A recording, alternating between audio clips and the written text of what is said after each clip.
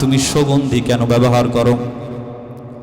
আরবের মধ্যে তোমাকে নিয়ে সমালোচনা হচ্ছে, আমার নেতৃত্ব চলে যাইতে পারে, সর্দারিও চলে যাইতে পারে, তুমি কেন সুগন্ধি ব্যবহার করো? মা আমেনা কিছু বলে না, শুধু শুনে। এক পর্যায়ে মা আমেনা কিছু না বলে মুখ থেকে থুতু জমিনে নিক্ষেপ করছে, সাথে সাথে ওই থুতু থেকে উতলিয়ে মিশকে আম্বরের সুগন্ধি বের হইতে লাগছে। আমেনা এবারে বলেন, আব্বুজান আমি কিন্তু কিছু বলতে চাইছিলাম না, আমি বিষয়গুলো গোপন রাখতে চাইছিলাম। আসলে এটা আমার দেওয়া কোনো সুগন্ধি নয়। যেদিন থেকে আমার পেটে এই বাচ্চা আসছে সেদিন থেকে আমার মধ্যে থেকে মিশকে আম্বরের সুগন্ধি বের হইতেছিল। দলিল কি? সর্বপ্রথম এই ঈদে মিলাদুন্নবী এটা চালু করলো কে? এসব আমাদের জানার প্রয়োজন আছে না নাই? রাসূল সাল্লাল্লাহু আলাইহি ওয়াসাল্লাম নিজের জিন্দেগিতে কখনো কারো জন্মদিবস মৃত্যু দিবস পালন করেন নাই, কোনো সাহাবা একরাম করেন নাই। চার মাযহাবের কোনো ইমাম, ইমাম আবু হানিফা, ইমাম মালিক, ইমাম শাফি, ইমাম আহমদ ইবনে হাম্বল, কোনো ইমামই কখনো কারো জন্মদিবস পালন করেন নাই। এমনকি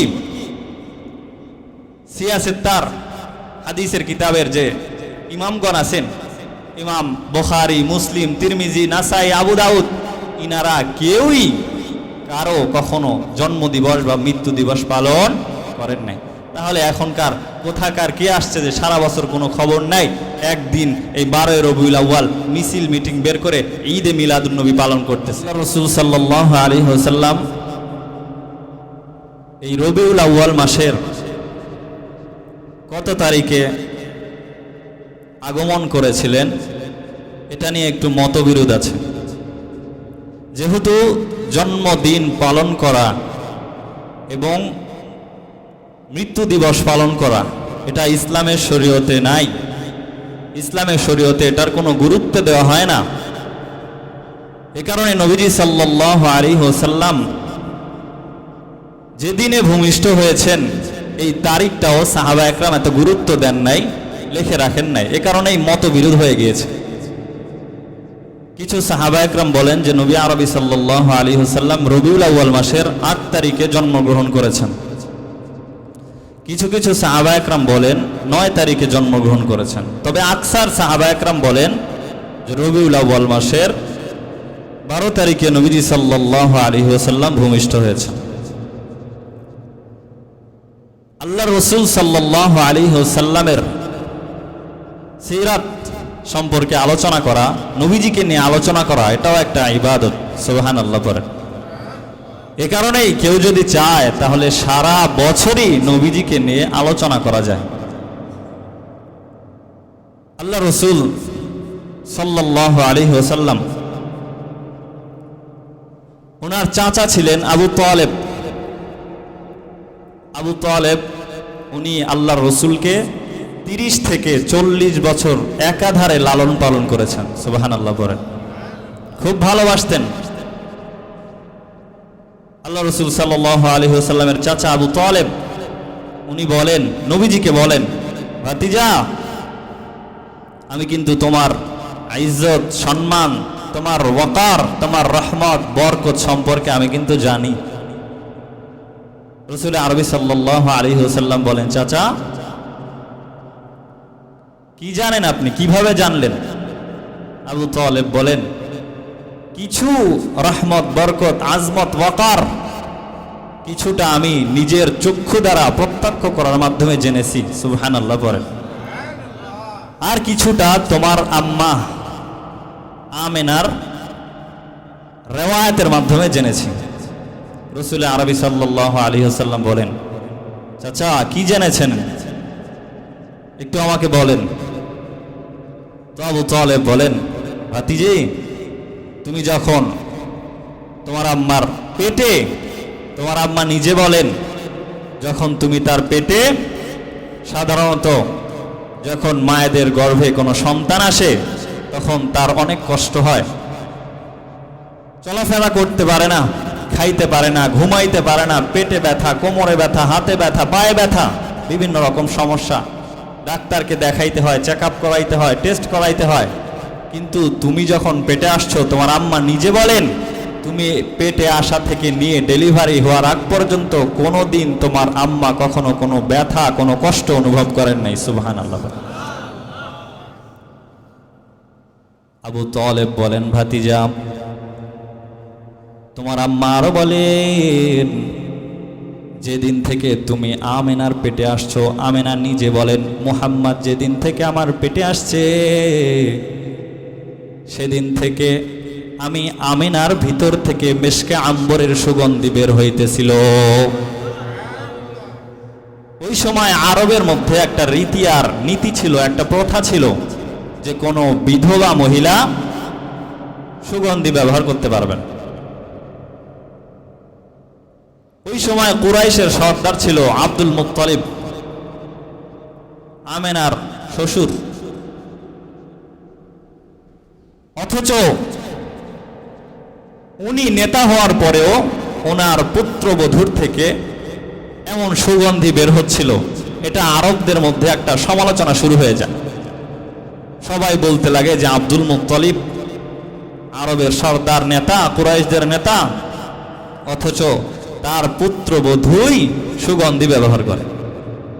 এটা যখন আব্দুল মুত্তালিবের কানে আসছে, তো আব্দুল মুত্তালিব সরাসরি গিয়ে পুত্রবধূকে আর কিছু বলে নাই, নিজের স্ত্রীর সাথে পরামর্শ করছে। যখন পরামর্শ করছে, আব্দুল মুত্তালিবের স্ত্রী বলে, এই বিষয়টা আমিও লক্ষ্য করছি কিন্তু বলতে সাহস পাইনি, কারণ মেয়েটার স্বামী মারা গেছে, কষ্ট পাবে বললে, এ কারণে আমি বলতে পারিনি। আব্দুল মুত্তালিবের স্ত্রী আরো বলেন যে আমি যখন আমেনা গোসলখানা থেকে বের হওয়ার পরে গোসলখানায় গোসল করার জন্য যাইতাম, আমি দেখতাম যে গোসলখানা যেন একদম মেশকে আম্বরের সুগন্ধি যারা প্যাক করে রাখছে। সুবহানাল্লাহ। এবার দুজনে পরামর্শ করে পুত্রবধূর কাছে যাচ্ছে। আব্দুল মুত্তালিব এবং তার স্ত্রী মা আমেনার কাছে যায়। যাওয়ার পরে প্রশ্ন করে, ও আমেনা, মা তুমি সুগন্ধি কেন ব্যবহার করো? আরবের মধ্যে তোমাকে নিয়ে সমালোচনা হচ্ছে, আমার নেতৃত্ব চলে যাইতে পারে, সর্দারিও চলে যাইতে পারে, তুমি কেন সুগন্ধি ব্যবহার করো? মা আমেনা কিছু বলে না, শুধু শুনে। এক পর্যায়ে মা আমেনা কিছু না বলে মুখ থেকে থুতু জমিনে নিক্ষেপ করছে, সাথে সাথে ওই থুতু থেকে উতলিয়ে মেশকে আম্বরের সুগন্ধি বের হইতে লাগছে। আমেনা এবারে বলেন, আব্বুজান আমি কিন্তু কিছু বলতে চাইছিলাম না, আমি বিষয়গুলো গোপন রাখতে চাইছিলাম। আসলে এটা আমার দেওয়া কোনো সুগন্ধি নয়, যেদিন থেকে আমার পেটে এই বাচ্চা আসছে সেদিন থেকে আমার মধ্যে থেকে মিশকে আম্বরের সুগন্ধি বের হইতেছিল। আমেনা বলেন, আমি অনেক কিছু গোপন রাখছি, কিন্তু আপনি যেহেতু আমাকে প্রশ্ন করে ফেলেছেন, আপনি যখন আমাকে বাধ্য করে ফেলেছেন, তাহলে শুনেন, যেদিন থেকে এই সন্তান আমার পেটে আসছে ওই দিন থেকে আমার সাথে বিশাল বিশাল আশ্চর্যজনক ঘটনা ঘটতেছিল। আব্দুল মুত্তালিব বলে, কি ঘটনা? আমেনা বলে, যেদিন থেকে এই বাচ্চা আমার পেটে আসছে সেদিন থেকে আমি যখন মরুভূমির উত্তপ্ত আরবের বালুর উপর পা দিতাম, ওই উত্তপ্ত বালিটা বরফের মতো ঠান্ডা হয়ে যেত। আল্লাহু আকবার পরে। আমেনা বলেন, আমি বলতে চাইছিলাম না, কিন্তু আপনি যখন প্রশ্ন করেই বসছেন, তাহলে শুনেন, যেদিন থেকে এই বাচ্চা আমার পেটে আসছে সেদিন থেকে আমি যখন কোনো কাটার ওপর পা দেই, কাটা ফুল হয়ে যায়। যখন আমি কোনো উত্তপ্ত বালির ওপরে পা দেই, বালি বরফের মতো ঠান্ডা হয়ে যায়। সুবহানাল্লাহ। মা আমেনা বলেন, যখন আমি রৌদ্রের মধ্যে হেঁটে হেঁটে কোথাও যাইতে লাগি, তখন কোত্থেকে জানো এক টুকরো মেঘ এসে আমার উপরে ছায়া প্রদান করে। আল্লাহু আকবার পরে। নবী যখন রাস্তায় চলতেন, পশু পাখি সালাম করতেন। নবী যখন রাস্তায় চলতেন, পশু পাখি সালাম করতেন। জ্বলন্ত রোদে উড়ন্ত মেঘে ছায়া দিত নবীর মাথায় রে, ছায়া দিত নবীর মাথায়। আল্লাহু আকবার বলেন।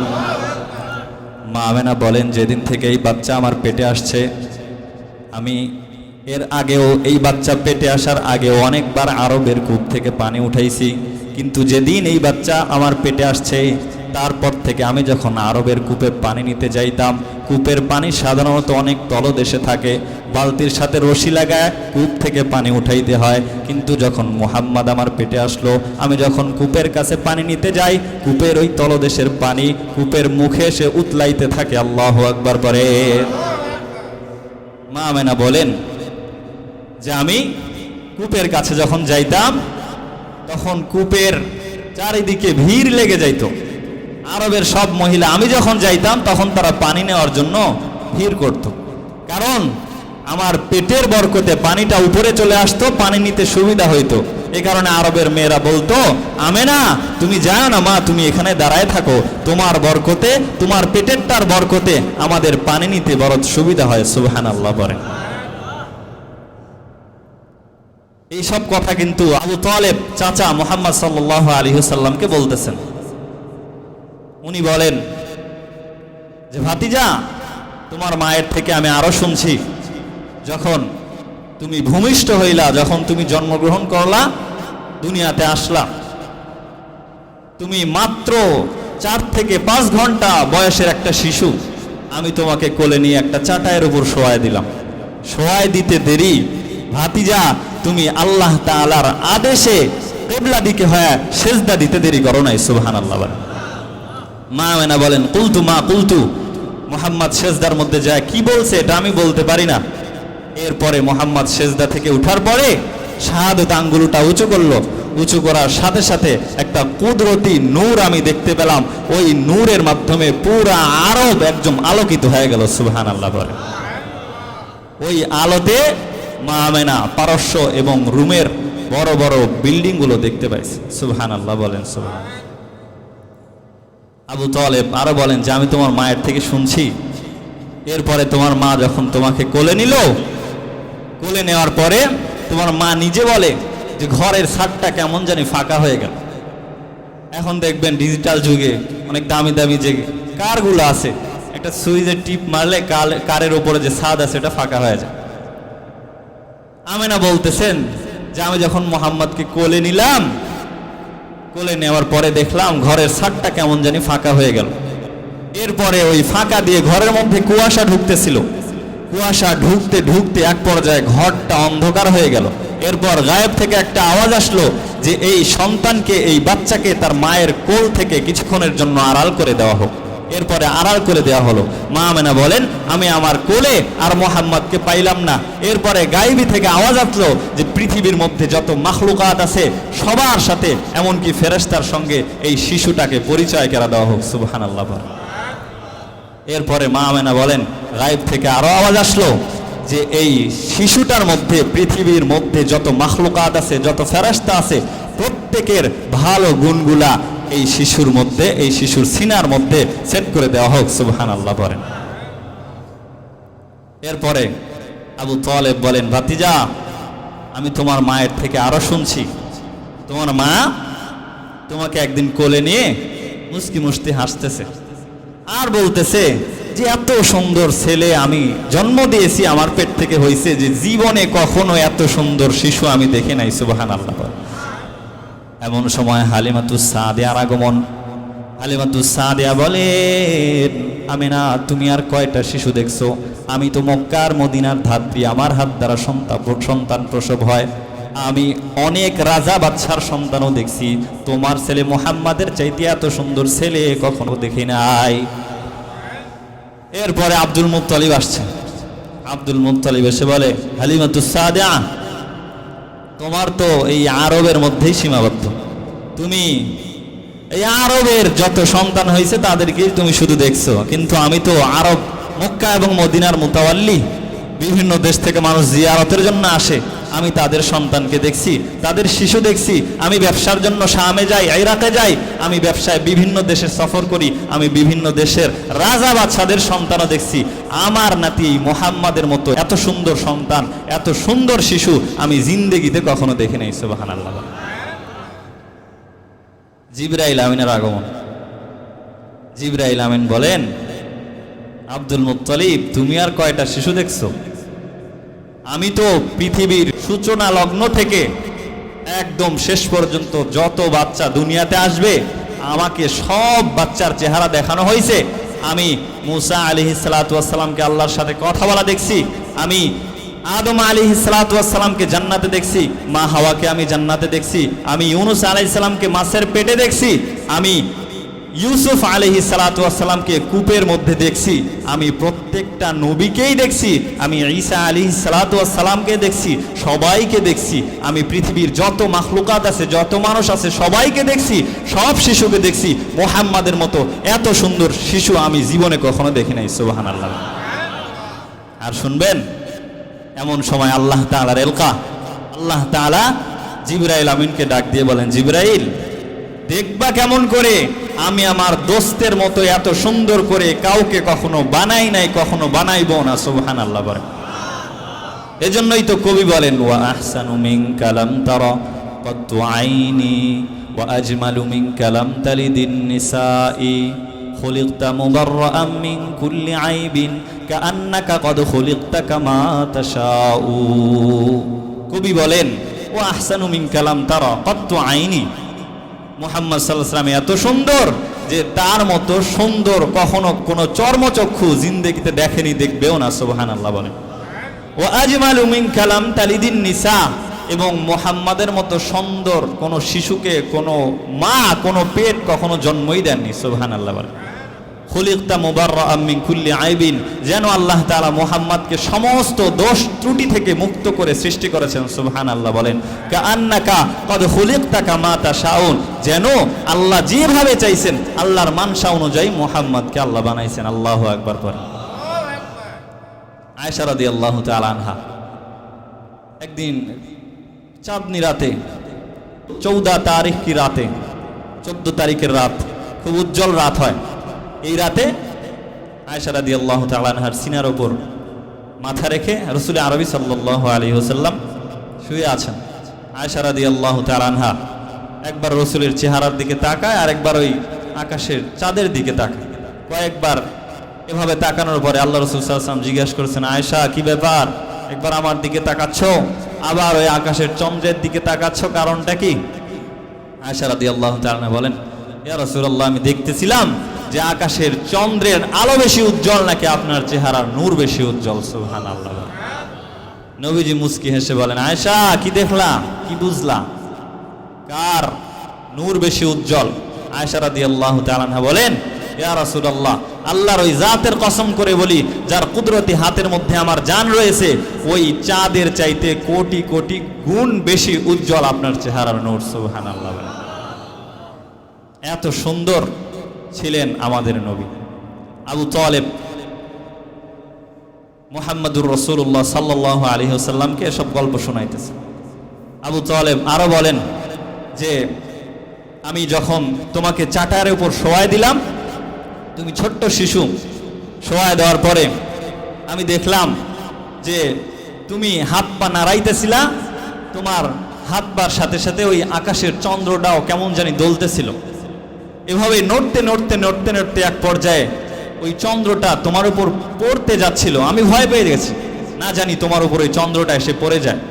পরে আমি দেখলাম যে তোমার এই হাতের নাড়াচাড়ার সাথে আকাশের ওই চন্দ্রটাও নড়তেছে। সুবহানাল্লাহ বলেন। এবার রাসূল আরবি সাল্লাল্লাহু আলাইহি ওয়াসাল্লাম বলেন, চাচা জানেন ওই সময় ওই শিশুকালে ওই চাঁদ এসে আমার কাছে কি বলতেছিল? কান্নাল কমার ইউগান্নিনি ওয়া ইউহাকিনি ওয়া ইয়ামনানি আনিল বুকা। রাসূল আরবি সাল্লাল্লাহু আলাইহি ওয়াসাল্লাম নিজে বলেন যে ওই শিশুকালে ওই চাঁদ এসে আমাকে কি বলতেছিল জানেন? ওই চাঁদ এসে ইউগান্নিনি, আমাকে সুন্দর সুন্দর গান শোনাইতেছিল, ওয়া ইউহাকিনি, আমার সাথে গল্প করতেছিল, ওয়া ইয়ামনানি আনিল বুকা, এবং আমি ওই সময় ক্রন্দন করতেছিলাম, আমাকে নিষেধ করতেছিল যে মুহাম্মদ ক্রন্দন করো না। আল্লাহু আকবার পড়েন। এত সুন্দর, এত বরকতময়, এত মুআজিজাপূর্ণ ছিলেন আমাদের রাসূল সাল্লাল্লাহু আলাইহি ওয়াসাল্লাম। রাসূল আরবি সাল্লাল্লাহু আলাইহি ওয়াসাল্লামের আরো অসংখ্য রিওয়ায়াত রয়েছে, এগুলো বলতে গেলে শেষ করা সম্ভব নয়। মা আমেনা একদিন মুহাম্মদুর রাসূলুল্লাহ সাল্লাল্লাহু আলাইহি ওয়াসাল্লাম ছোট্ট শিশু, তাকে কোলে নিয়ে শিশু মুহাম্মদ কাঁদতেছে, মা আমেনাও কাঁদতেছে। এমন সময় আব্দুল মুত্তালিব আসছে, এসে বলে, কি ব্যাপার আমেনা, কান্নাকাটি করো কে? আমেনা বলে যে কান্নাকাটি করছি বড় দুঃখে। কেন, কি হয়েছে? বলে যে আমার ছেলের বাবা নেই। বলে যে বাবা থাকলে কি হইতো? বলে যে বাবা থাকলে তাকে বিভিন্ন রকম খেলনা কিনে দিত, আমার ছেলেটা ওই খেলনা নিয়ে খেলতো, কান্নাকাটি করতো না। এমন সময় আল্লাহ তাআলার এলকা, যেন আল্লাহ তাআলা বলতেছে যে আমেনা, যদি সন্তানের বাবা থাকতো, মুহাম্মাদের যদি বাবা থাকতো, তাহলে আর কি খেলনা কিনে দিত? উক্কাজ আর মাজান্না আরবের 2টা বাজার আছে, এখান থেকে খুব বেশি হইলে প্লাস্টিকের খেলনা কিনে দিত, খুব বেশি হইলে একটু দামি লোহা কাঠের খেলনা কিনে দিত।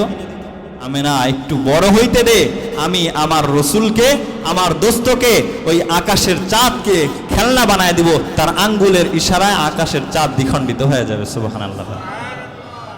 আপনারা এই ঘটনা শুনছেন, কোরআনের মধ্যে আসছে, চন্দ্র দ্বিখণ্ডিত হয়ে যাবে।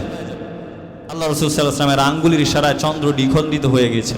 ইহুদিরা এসে আল্লাহ রসুলকে বলেন, টিটকারি করে বলেন, আপনি কেমন নবী, দেখি তো আপনি যদি ওই আকাশের চন্দ্রকে আঙ্গুলের ইশারায় দ্বিখণ্ডিত করে দিতে পারেন, তাহলে আপনার উপর ঈমান আনবো।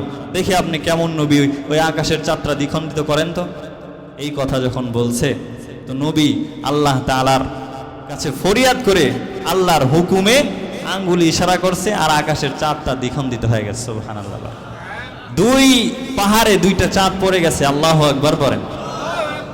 এমন সময় ইহুদিরা কেমন শয়তানের শয়তান, ওরা বলে যে আগে জানতাম মুহাম্মদ শুধু জমিনের উপর জাদু করে, এখন দেখতেছি জমিনে না, বিশাল বড় জাদুকর, ওর জাদু আসমানেও খাটে।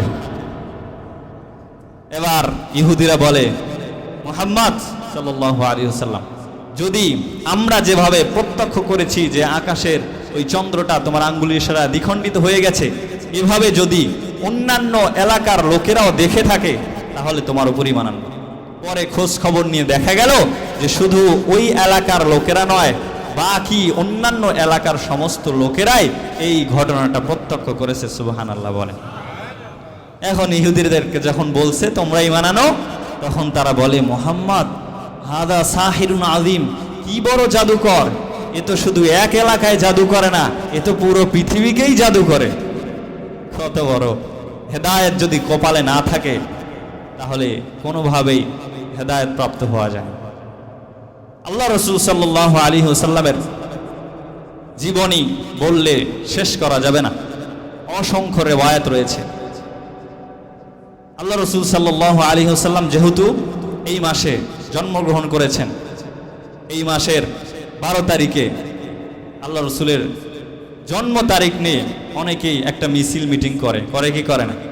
অনেকেই ঈদ হচ্ছে 2টা, এই ঈদকে বানায় দেয় হচ্ছে 3টা, আছে না নাই?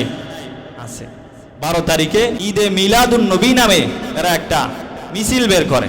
এরা নাকি আশিকে রসুল, সারা বছর কোনো খবর নাই, কোনোদিন কোনো খবর নাই, বছরে একবার নবীর ইশক জাহির করতেছে মিছিল করে। আল্লাহ রসুল কোরআনের মধ্যে আসছে। এদের দলিল কি?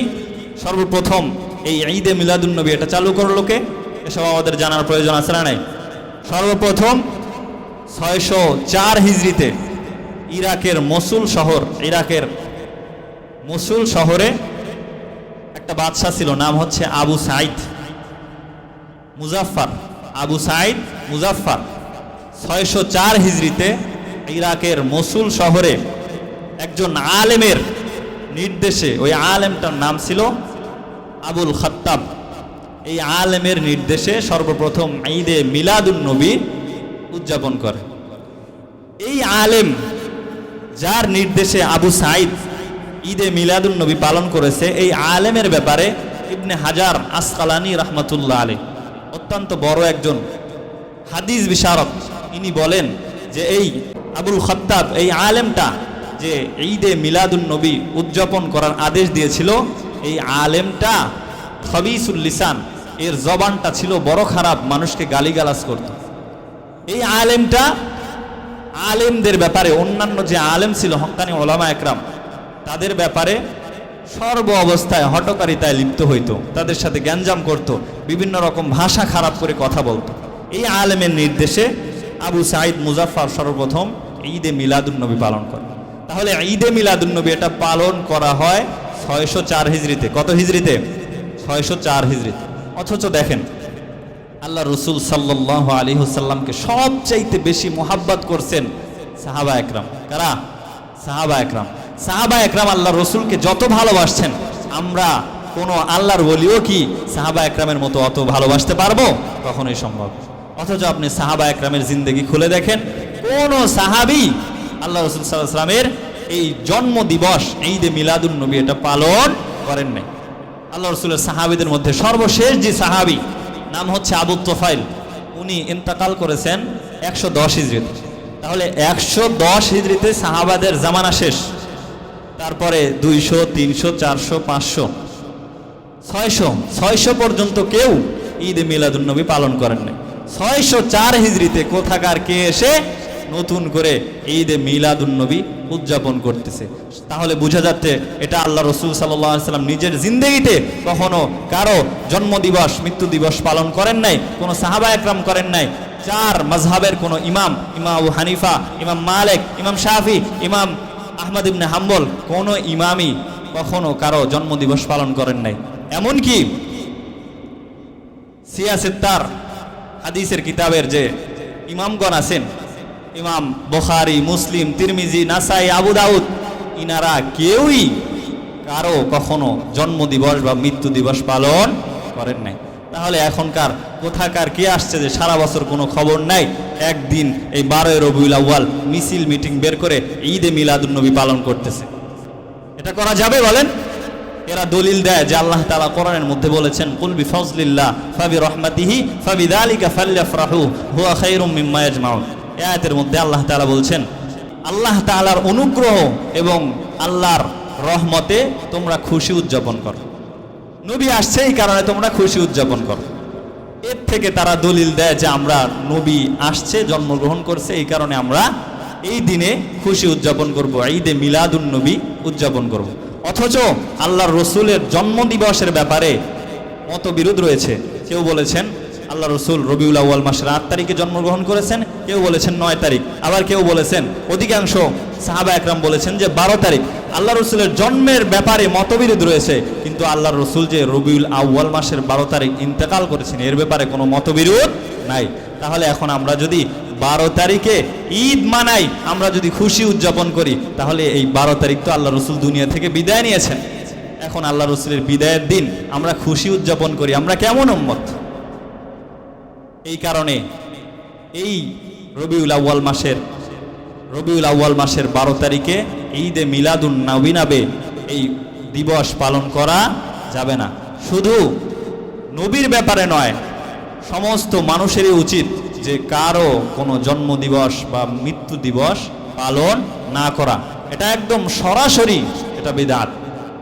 আব্দুল্লাহ ইবনে আব্বাস রাদিয়াল্লাহু তাআলা আনহু এই কুল বিফজলিল্লাহ ওয়া বিরহমাতিহি ফাবিযালিকা ফালইফরাহু এই আয়াতের তাফসীরের মধ্যে বলেছেন যে এখানে ফাজলুন দ্বারা উদ্দেশ্য হচ্ছে যে আল্লাহ তাআলার অনুগ্রহ অর্থাৎ কোরআন, আর বিরহমাতিহি এর দ্বারা উদ্দেশ্য হচ্ছে যে মুসলমান হওয়া।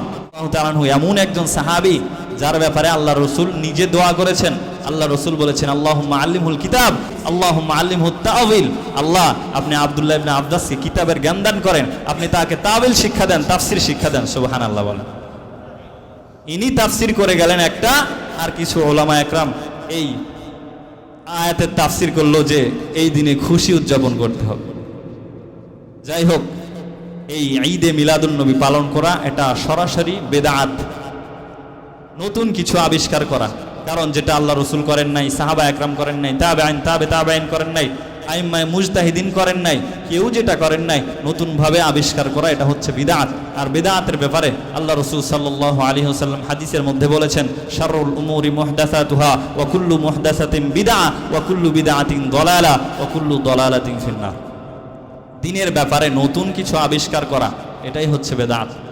ওয়া কুল্লু বিদআতিন দালালা।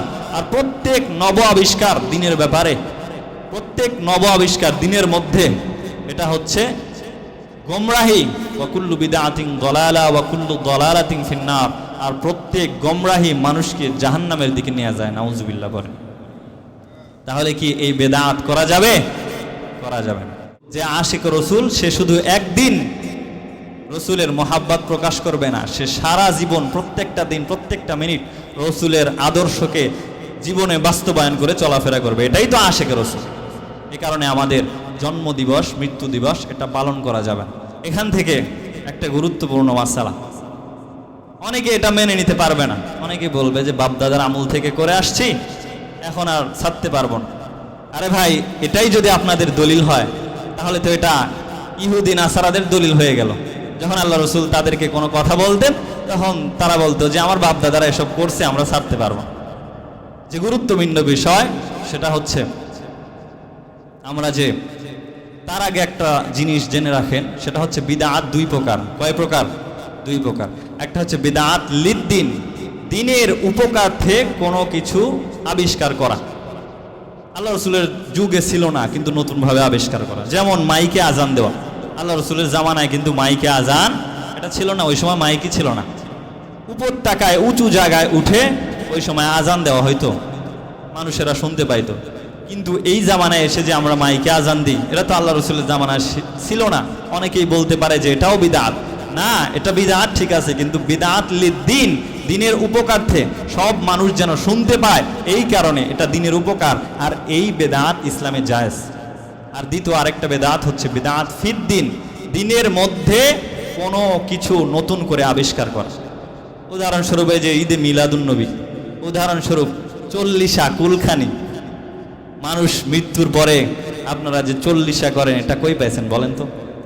এই চল্লিশা করা যারা করে এবং যারা এখানে গিয়ে খায়, উভয় হচ্ছে হারাম কাজ করে। আর হারাম কাজের দ্বারা আপনি কি মনে করেছেন কবরে ওই মৃত ব্যক্তির কাছে সওয়াব পৌঁছবে? বলেন পৌঁছবে? আপনার যদি এত ইচ্ছা হয় যে বাবার জন্য কিছু করব, আপনি মসজিদে কিছু টাকা দান করেন, আপনি মাদ্রাসায় কিছু টাকা দান করেন, মসজিদে আপনি একটা ফ্যান দেন। তাহলে এই নির্ধারণ, দিন তারিখ নির্ধারণ করে চল্লিশা, 4 দিনা, 5 দিনা এসব করা ইসলামে বৈধতা নেই। আপনি চল্লিশা করতেছেন, এখন এই চল্লিশা যে করতেছেন, মৃত মানুষের সব রেসানির জন্য মানুষকে দাওয়াত করে খাওয়াইতেছেন। এই খাওয়াটা এটা কাদের হক জানেন? এটা শুধু যারা ফকির মিসকিন এদের হক। এটা হচ্ছে সদকার খানা, এটা ফকির মিসকিনের হক। এখন এই দাওয়াতে তো আমার মতো হুজুরও অংশগ্রহণ করতেছে। এখন আমার বলেন এই সদকা খাওয়া জায়েজ হবে? বলেন, হারাম খাইলাম। আমার মতো অনেকে আছে যাদের ওপর সদকা খাওয়া জায়েজ নেই, তারা যায় খাইতেছে, হারাম খাইতেছে। এই কারণে এই চল্লিশা নির্ধারণ করে খাওয়ানো, এটা ইসলামে সাপোর্ট করেন, এটা হচ্ছে সম্পূর্ণ বেদাত। এখন অনেকেই বলতে পারেন হুজুর এমনি আমি এই নির্ধারণ করেন না, দিন নির্ধারণ করেন, এমনি আমি খাওয়াইতেছি। ভাই এমনি খাওয়াইতেছো, এমনি তোমার বাপ মরার আগে তো একদিনও এমনি খাওয়াইলা না, বাপ মরছে এখন এমনি এমনি খাওয়াইতেছে। এই কারণে এই সমস্ত বেদাত আমাদের করা যাবে না। আল্লাহ তাআলা আমাদেরকে বেদাত থেকে দূরে থেকে আল্লাহ তাআলা আমাদেরকে হক ইসলাম বুঝে তার উপর আমল করার তৌফিক দান করুন। সকলেই পড়ে আমিন। ওয়া আখিরু দাওয়ানা আলহামদুলিল্লাহি রাব্বিল আলামিন।